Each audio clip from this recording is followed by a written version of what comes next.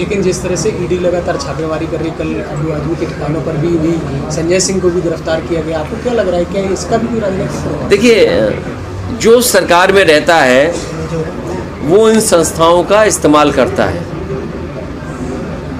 पहले कभी इस्तेमाल हुए होंगी ये संस्थाएं, आज भारतीय जनता पार्टी की सरकार है, लेकिन भारतीय जनता पार्टी ने सब सीमाएं लांघ दी।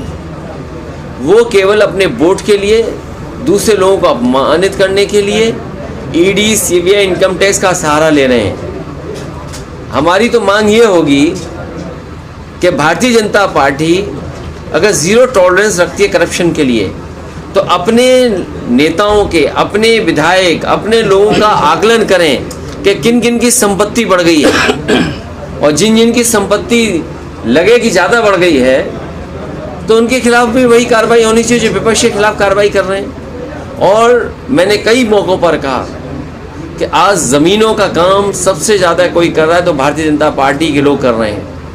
कई शहरों में बड़े बड़े भूमाफिया पैदा किए हैं और भूमाफियाओं का काम भारतीय जनता पार्टी स्वयं कर रही है।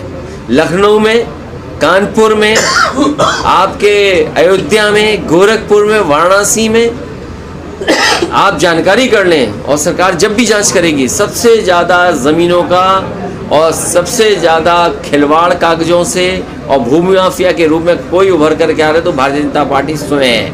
और अन्याय की सीमा आप देखिए, क्या कानपुर की घटना नहीं हुई? एक किसान की ज़मीन लिखवा ली, 6 करोड़ का चेक दे दिया, बाद में उस गरीब आदमी से चेक वापस दिया, चेक फाड़ दिया, उसे आत्महत्या करनी पड़ी। उसे कौन बचा रहा है? भारतीय जनता पार्टी के नेता बचा रहे हैं। इसी तरह कानपुर में एक व्यापारी को इतना मारा सिख भाई को कि उसकी आंख चली गई। कौन था वो? भारतीय जनता पार्टी का कार्यकर्ता था।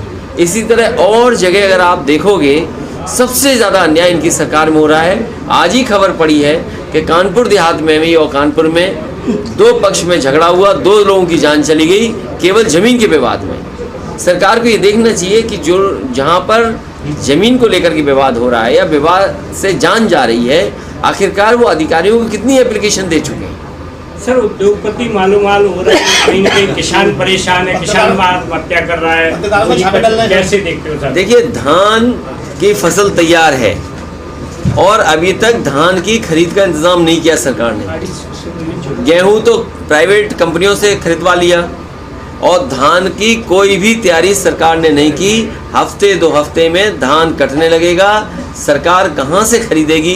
ये कोई सरकार का इंतज़ाम नहीं। इसीलिए सरकार किसानों की नहीं है, गरीब की नहीं है, गांव में रहने वालों की सरकार ये नहीं है। ये सरकार है बड़े बड़े लोगों की, उद्योगपतियों की। उद्योगपतियों को कैसे लाभ मिले, उद्योगपतियों को बैंकों का पैसा कैसे मिले, उद्योगपतियों को सब्सिडी का लाभ कैसे मिले, और ये 2-2 हज़ार रुपये जो जमा हुए हैं इसका लाभ उद्योगपतियों को कैसे मिले, उस दिशा में काम कर रही है। सुना है आज आखिरी तारीख है, कल आखिरी तारीख थी। कहीं ऐसा ना हो कि बीजेपी फिर बढ़ा दे समय 1 हफ्ता, क्योंकि हो सकता है उनके जानने वालों के पैसे अभी 2000 पूरे जमा ना हुए हो। तो जिस तरह से मध्य प्रदेश में चुनाव है, क्या समाजवादी पार्टी कांग्रेस के साथ चुनाव लड़ेगी? देखिए, समाजवादी पार्टी बीजेपी को हराना चाहती है और समाजवादी पार्टी से कांग्रेस सहयोग ले और बीजेपी को हराए, उस दिशा में समाजवादी पार्टी काम कर रही है। भैया, जिस तरीके से बीजेपी और कांग्रेस में पोस्टर वॉर चल रहा है, बीजेपी ने नए युग का रावण बताया राहुल गांधी को, तो वहीं कांग्रेस कह रही है कि मोदी है चुगले आजम। कैसे? देखिए, ये विवादों में नहीं पड़ना चाहिए। सही मायने में किसान का भला हो, गरीब को सुविधा मिले, और जो स्वास्थ्य सेवाएं ठप हो गई हैं, कम से कम स्वास्थ्य सेवाएं बेहतर हों। आज गरीब को किसी अस्पताल में इलाज नहीं मिल रहा। गरीब कहीं पहुंच जाएगा किसी अस्पताल में